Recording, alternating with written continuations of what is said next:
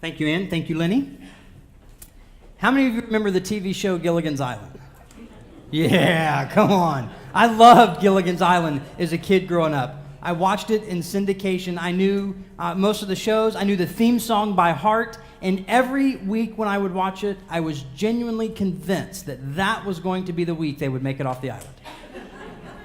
Never happened. But I watched this show, and I think there is an affinity, a reason for why it was successful as it was. And I think it's because all of us somehow, in some way, can relate to the idea of being stranded on a deserted island. Either you've had those weird thoughts growing up as a little kid about what you would take with you and how you would survive, and it scares you to death, or you are those people that have a more idyllic version of being alone on a deserted island with nobody to bother you, no cares, no worries, no pressures, no stress. Anyway, I get that bit.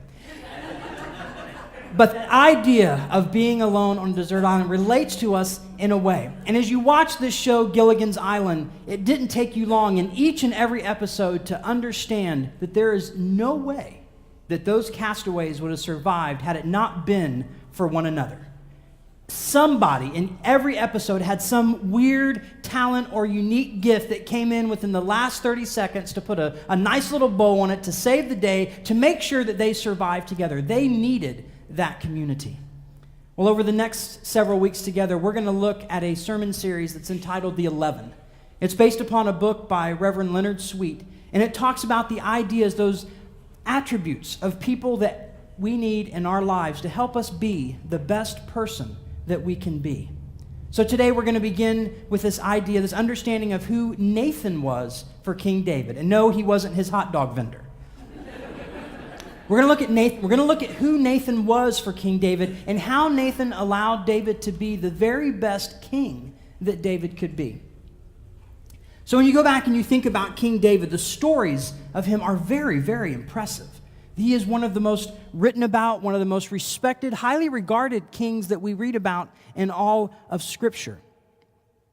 But when you think about David from the very beginning, he was a not much thought of type of boy. He was kind of that forgotten type of boy.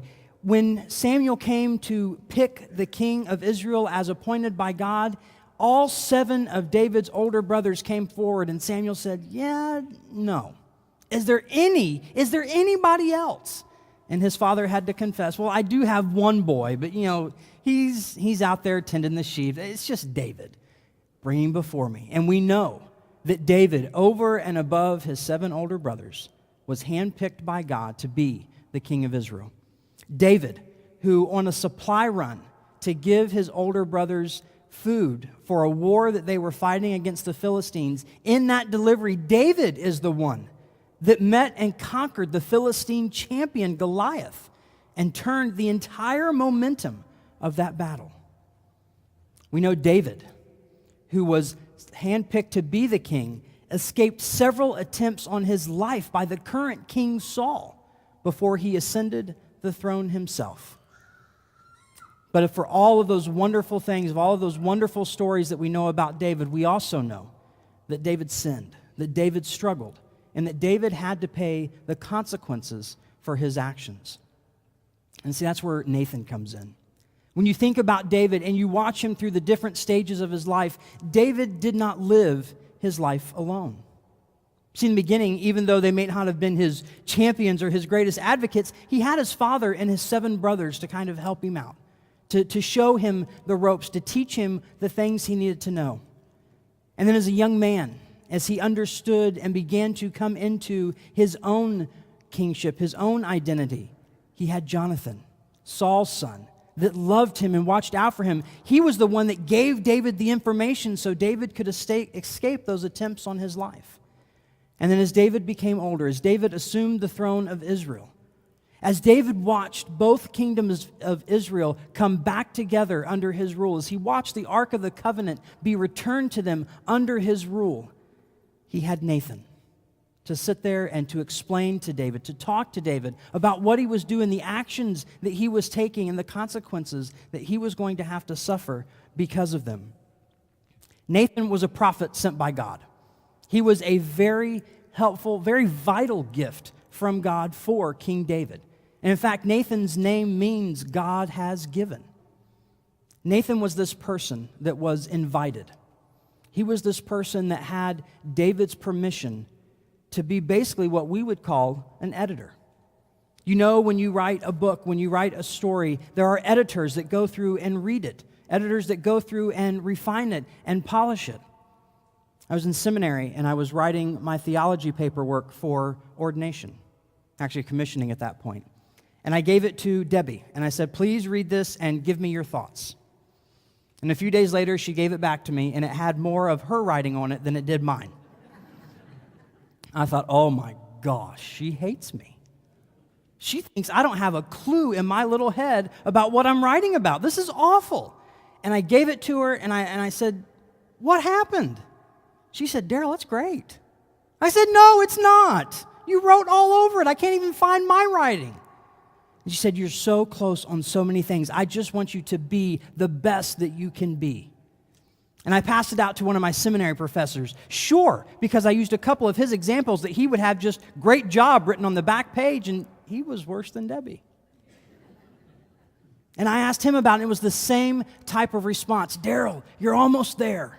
I know what you mean. I know what you're trying to say. I know what you know. But this will help you get across just a little bit better. And you see, that's the role of Nathan for David. Nathan knew David. Nathan understood who David was at the very core of his being. So when David would make mistakes, when Nathan confronted David about his relationship with Bathsheba and the sins of adultery, murder, and deception that he committed, Nathan was able to be that person, that voice that David would listen to. Now, growing up as a kid, I could go to my younger brother and I could say, Daniel, can't do that. And Daniel, it'd go in this ear and it'd go out that ear. I was Daryl. I was the older brother. I didn't know what I was talking about. I didn't have any credibility in his world. But if his best friend came up to him and said, Daniel, I wouldn't do that, man, that's the gospel truth. And I'm sure each and every one of you have seen that at play in the lives of your children, in the lives of your coworkers, your family members. You tell people with the best of intentions that that's probably not a really good idea and they shouldn't do it, and they don't listen to you. But somebody else walks up and tells them, it's the God's honest truth. You see, that person has cultivated a place in their lives where what they say is valued and honored. And that was Nathan for David.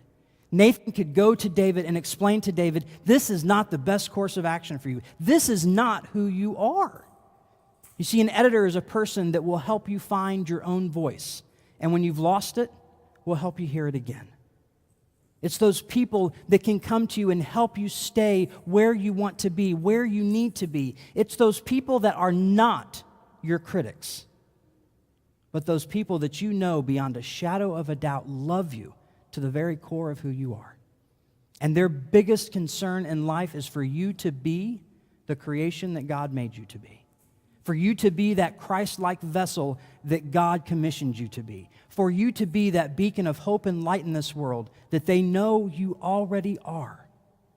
But maybe you just forget your way. You don't hear your own voice. Maybe you're facing temptation that is too strong. They are those people that can walk alongside you, that can speak into those situations, and you know that they're doing it out of love. My invitation for you all this week, for all of us, is to look at those people that are already in your lives and find your Nathan.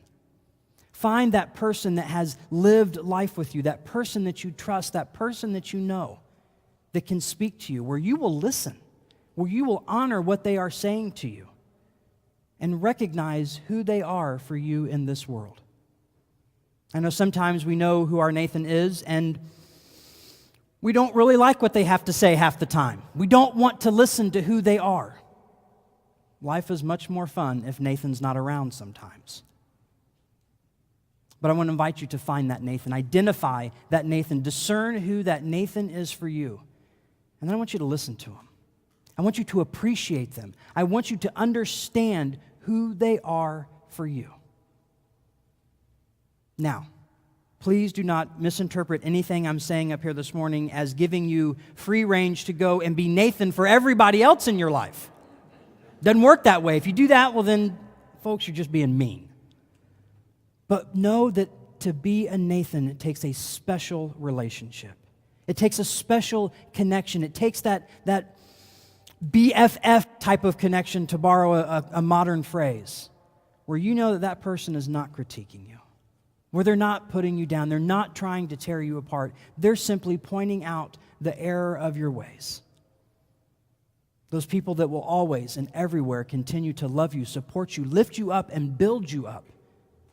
But those people that have your permission to enter into your life in the most deepest and sacred of spaces and help you be the person that Christ called you to be.